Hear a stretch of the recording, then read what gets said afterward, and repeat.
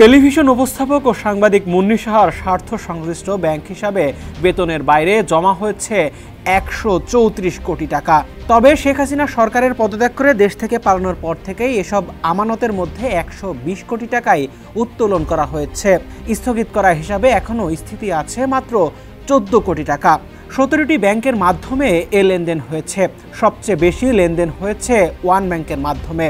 বিধি বহির্ভূত লেনদেনের অভিযোগে মুন্নী সাহার ব্যাংক অ্যাকাউন্ট ইতিমধ্যে জব্দ করেছে বাংলাদেশ আর্থিক গোয়েন্দা ইউনিট।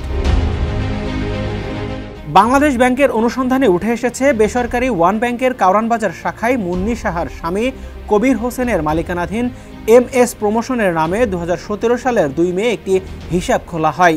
অন্যদিকে ব্যাংকটির চট্টগ্রামের খাতুনগঞ্জ শাখায় জৈনক মাহফুজুল হকের মালিকানাধীন প্রাইম ট্রেডার্সের নামে ২০০৪ সালের ২১ জুলাই একটি হিসাব খোলা হয়। দুটি প্রতিষ্ঠানের নামে ব্যাংকটি থেকে ৫১ কোটি ৫০ লাখ টাকার ঋণ নেওয়া হয়। ঋণ পরিশোধ না করে বারবার সুদ মওকুফ ও নবায়ন করেছে ব্যাংকটি। এর মধ্যে কেবল ২০১৭ সালে সুদ মওকুফ করা হয় ১৭ কোটি ৭৮ লাখ টাকার। যদিও প্রতিষ্ঠান দুটির মধ্যে পারস্পরিক ব্যবসায়িক কোনো সম্পর্ক নেই, অথচ বিভিন্ন তারিখে হিসাব দুটির মধ্যে বিপুল অঙ্কের অর্থ লেনদেন হয়েছে। ২০১৯ সালের ২৯ সেপ্টেম্বরের একটি উদাহরণ তোলা হয়েছে প্রতিবেদনে। ওই দিন আলাদা ৩টি চেকের মাধ্যমে MS প্রমোশনের হিসাব থেকে প্রাইম ট্রেডার্সের হিসাবে ৫৬,৫০,০০০ টাকা স্থানান্তর করা হয়, যা সন্দেহজনক। এই অর্থ পাচার হয়েছে কিনা তা খতিয়ে দেখছে BFIU।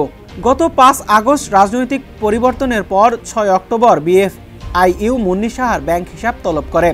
ব্যাংক হিসাবের বাইরে গুলশান তেজগাঁও লিংক রোড এলাকায় শান্তিনিকেতনে একটি ডুপ্লেক্স বাড়ির সন্ধান মিলেছে। মাঠের অলরাউন্ডার আমি, আর ঘরের allrounder Tilex. Tilex toilet cleaner, clean মানেই টাইলক্স। ভোরের কাগজ দিয়ে মুন্নী সাহার সাংবাদিকতা শুরু। সেখান থেকে তিনি যান ২১শে টেলিভিশনে, এরপর যোগ দেন ATN বাংলায়। মুন্নী সাহা বহু জাতীয় এবং আন্তর্জাতিক গুরুত্বপূর্ণ ঘটনাবলী টেলিভিশনের পর্দায় উপস্থাপন করেছেন। বিশেষ করে শাহবাগের গণজাগরণ মঞ্চের সমাবেশের ব্যাপারে তার ব্যাপক ভূমিকা ছিল।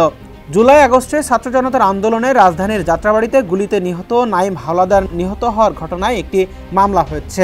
গত ২২ আগস্ট যাত্রাবাড়ি থানায় ওই মামলা দায়ের করেন নিহত শিক্ষার্থীর বাবা কামরুল ইসলাম। সেই মামলায় সাবেক প্রধানমন্ত্রী শেখ হাসিনা সহ একাধিক মন্ত্রী, MP, আওয়ামী লীগ, যুবলীগ, ছাত্রলীগ এবং পুলিশ, র্যাবের কর্মকর্তাদের সঙ্গে ৭ সাংবাদিককেও আসামি করা হয়েছে। তাদের মধ্যে একজন মুন্নী সাহা। ডেস্ক রিপোর্ট, সমকাল।